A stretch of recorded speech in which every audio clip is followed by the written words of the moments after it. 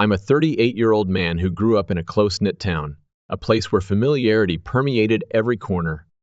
Picture a community where neighbors exchanged friendly waves from their front porches, and Sunday potlucks became the weekly highlight. My brother Alan, just a year my senior, and I were inseparable throughout our upbringing. From sharing a little league baseball team to facing parental lectures and teenage trials together, we formed an unspoken understanding that only siblings comprehend. As adulthood beckoned, our bond remained steadfast. Until a few years ago, we continued to uphold family traditions, celebrating holidays, and offering unwavering support to one another. We were like two peas in a pod, navigating life's roller coaster together. Our shared dream of moving to New York, a topic often discussed during our childhood, finally materialized. Alan, the elder and bolder of us, made the first move, and inspired by his courage, I followed suit a couple of months later. Together, we found ourselves in the bustling city we had longed for, rooming in a modest apartment. The initial days were marked by the struggles of finding jobs and making ends meet. I secured a position as a graphic designer, fulfilling a lifelong aspiration, while Alan took on the role of an accountant. Our jobs were far from glamorous, often demanding overtime and offering modest pay. However, our mutual reliance on each other provided solace in the face of adversity. A transformative chapter unfolded a year ago when I met my extraordinary wife, Lisa. At that time, she was a single mother to her 2-year-old son, Mark. Despite having a stable job, I wasn't actively seeking to settle down. However, everything changed when I crossed paths with Lisa. Marrying a single mother was never a scenario I had envisioned. However, upon getting to know Lisa's son, Mark, I was captivated by his undeniable adorableness. It puzzled me why Lisa's ex-boyfriend, Mark's father, had chosen to abandon their child, showing no interest in contact even after several months of dating. My certainty that Lisa was the one grew as I witnessed her kindness and love. Proposing to her with my mother's ring was a natural step, and our marriage has been a source of joy for the past 6 years. Embracing the role of Mark's stepfather, he swiftly became a cherished part of my world. The love and care I feel for him mirror what I would have experienced with a biological child. My dream of having a family came true, and my affection for them knows no bounds. Meanwhile, my brother Alan harbored reservations about Lisa from the beginning. He openly shared his concerns about her, expressing discomfort with her status as a single mother. His disapproval echoed in our conversations, a sentiment he voiced frequently since their first meeting. Despite his skepticism, I often dismissed it as Alan being an overprotective older brother, concerned about my happiness. In various discussions, I emphasized my deep commitment to being a father to Mark and the profound significance of Lisa in my life, regardless of circumstances. My love for her and her son transcended what Alan perceived as trivial concerns. Alan, on the other hand, met his wife Sarah through his network of work friends. Their love story unfolded like a scene from a romantic comedy, where workplace acquaintances seamlessly transformed into lifelong partners. The undeniable chemistry between them swiftly elevated their friendship to a much more significant connection. I've spent considerable time with Sarah over the years, but our bond never deepened. Sarah harbored a serious drinking issue, occasionally leading to outbursts where she divulged secrets, only to later claim amnesia. During one such drinking episode, she confessed, in my brother's absence, about their intimate struggles. Allegedly, my brother faced challenges in satisfying her in bed, grappling with performance issues that left her unsatisfied. Shocked by this revelation, I confronted her the next day when we were both sober. Reluctant to jeopardize my brother's relationship without confirmation, I sought to clarify the situation. Sarah vehemently denied ever making such statements, swiftly diverting the conversation. Choosing not to pursue the matter further due to lack of evidence, I understood that bringing it up to my brother without proof could be counterproductive. Although I let it go at the time, those words have lingered in the recesses of my mind over the years. Consequently, I've maintained a distance from her since that incident. Now, turning to the recent event this week, our family, scattered across the country, gathers annually in our hometown to celebrate my mother's birthday. This tradition, upheld for as long as I can remember, serves as a unifying and cherished family ritual. Regardless of our location or life's hectic pace, we make it a priority to celebrate our mother's special day together. This year, I opted for an earlier flight, arriving in our hometown before the rest of the family. Lisa and Mark were scheduled to arrive later due to Mark's crucial school assignment, granting me some quality time with our family before their arrival. Alan and Sarah also joined, and the atmosphere promised a delightful gathering. As we eagerly anticipated spending quality time together, the air was filled with laughter, stories, and the unique sense of togetherness that accompanies a family reunion. Just days before my mom's birthday, I headed to the airport to welcome Lisa and Mark. Despite the brief separation, Mark's exuberant sprint towards me, arms wide open, filled my heart with joy. Returning home, my parents warmly embraced them, treating Mark as their grandson. My father even discussed the possibility of Mark spending holidays on our family farm, where he would not only be compensated for his work, but also gain valuable life skills. While Sarah, assisting my mother in the kitchen, eagerly hugged Lisa and Mark, I noticed Alan remained seated.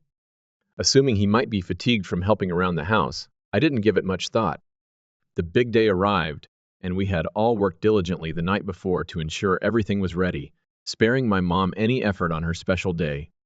Relatives and my mom's college friends began arriving, and the celebration unfolded seamlessly. Some guests brought their children, providing an opportunity for Mark to make new acquaintances, a moment I facilitated by introducing him to them. The children energetically scattered to play around our farm, their laughter echoing through the air. We gathered for lunch, relishing the well-prepared meal, when suddenly, Mark's scream pierced the tranquility. Lisa and I hurried outside to find him on the ground with scraped knees.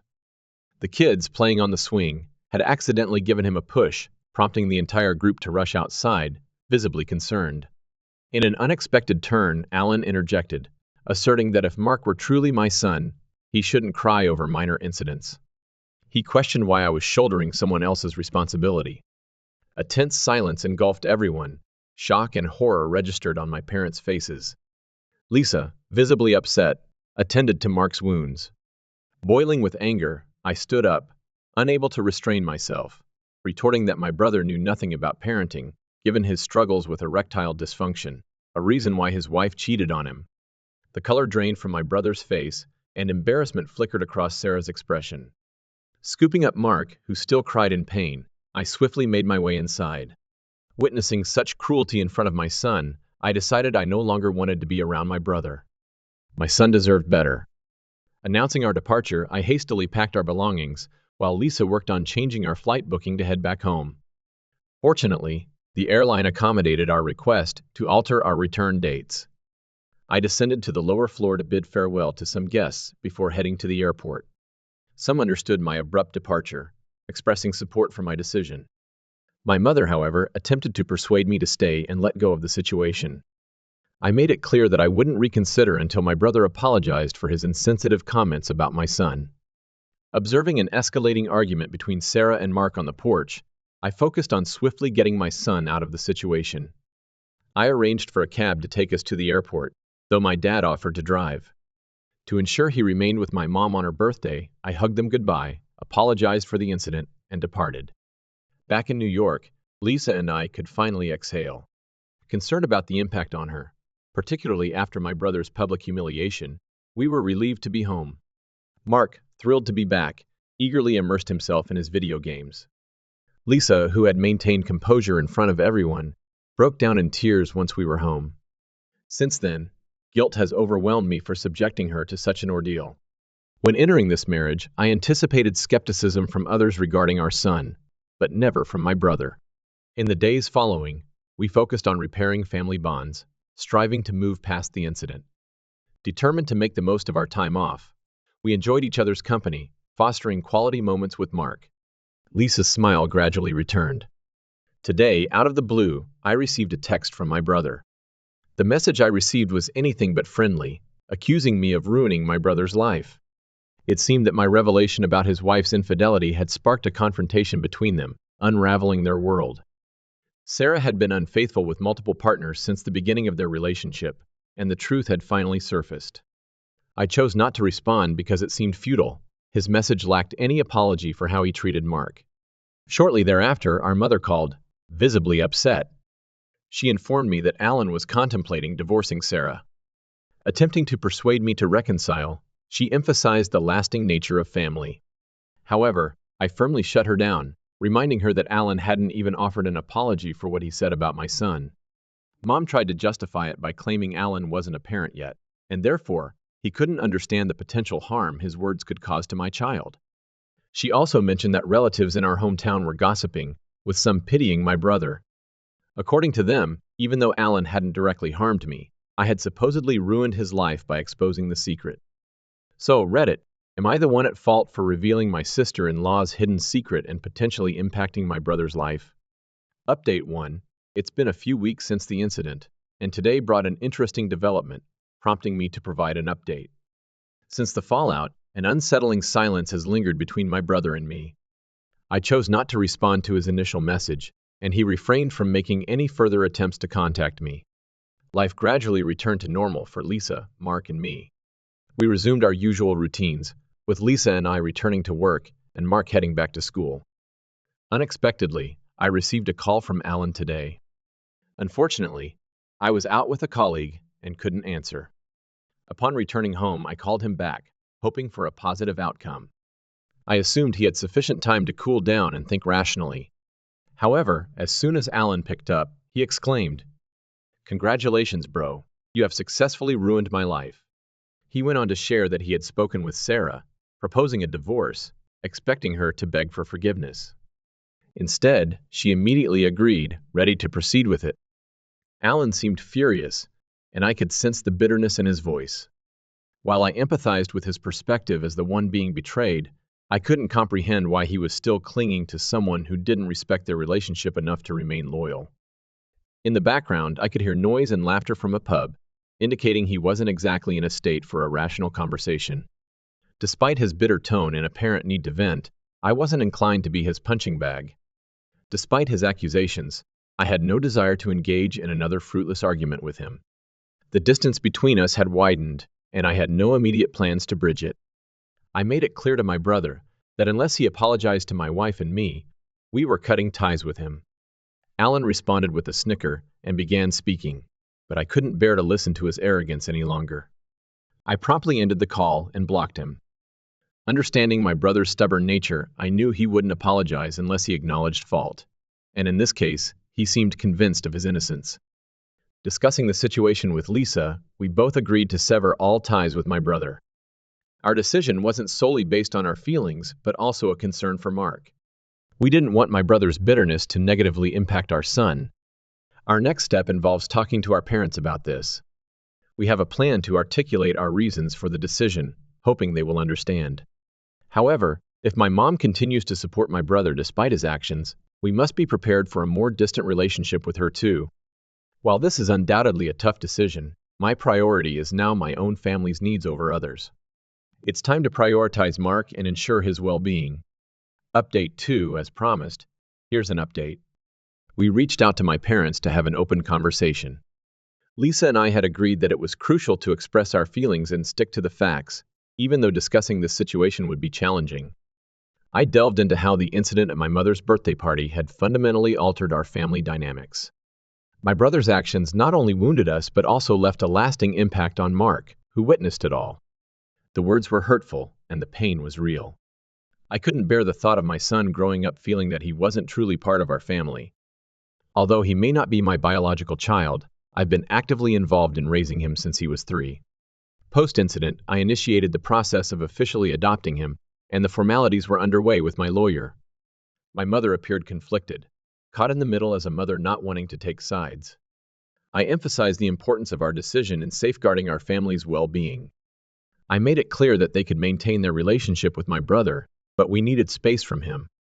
Throughout our conversation, I sensed my parents' frustration, sadness, and confusion. My father didn't say much during the discussion, but when I finished speaking, he affirmed his full support for my choice. He expressed his love for Mark, proud to have a grandson like him. He reiterated his plans to spend time with Mark during the summer holidays, teaching him about farm life. Lisa welcomed the idea, agreeing that it would be beneficial for Mark to spend time with my parents in the upcoming holidays. On the other hand, my mother remained quiet for some time. When I inquired about her well-being, her voice wavered, and it was evident that she was in tears. She pleaded, expressing respect for my decision, but urging me not to sever all ties with my brother completely. Despite her plea, I firmly reiterated that cutting ties with my brother was the best decision for my family. Recognizing that it wouldn't be easy, I emphasized the emotional toll his actions had taken on us, especially Mark. Our son's well-being and happiness were our utmost priorities. I explained to my mother that if my brother sought support, he could start by offering a genuine apology to me before escalating the situation further. Throughout our conversation, she continued to cry, torn between supporting her children and avoiding the division of our family. It was evident that our decision had deeply affected her. My father attempted to reassure her, but he also made it clear that my brother initiated the situation. We assured my mother that cutting off my brother wouldn't impact our relationship with her. We promised to keep her updated on our lives and Mark's well-being. However, we made it clear that we wouldn't attend any future family events if my brother was present. We wanted to shield our son from toxicity and prevent further strife within our family. As we bid our parents goodbye, we recognized that our decision had created a significant divide not only between us and my brother, but within our entire family. The days ahead might be challenging, and only time will reveal whether we can find a way to heal and move forward. Nevertheless, I find solace in the love of my wife and the joy of having an incredible son. I am committed to doing anything necessary to protect them. I will provide an update if any significant developments occur. Update 3. Thanks to everyone for your feedback on my last post. This update has garnered attention, and I've received numerous requests for more information. Here it goes. It's been some time since my last update, and I'm pleased to share that my family and I are doing great. A few months ago, I officially adopted Mark. Despite the long and challenging legal process, the moment arrived when he became my son legally. This milestone put an end to any questions about our family structure. To celebrate, we flew our extended family out to New York to join the festivities. The reunion was heartwarming, and my parents, who fully supported my decision to adopt Mark, were overjoyed. Witnessing the smiles on their faces as they spent quality time with Mark was truly special.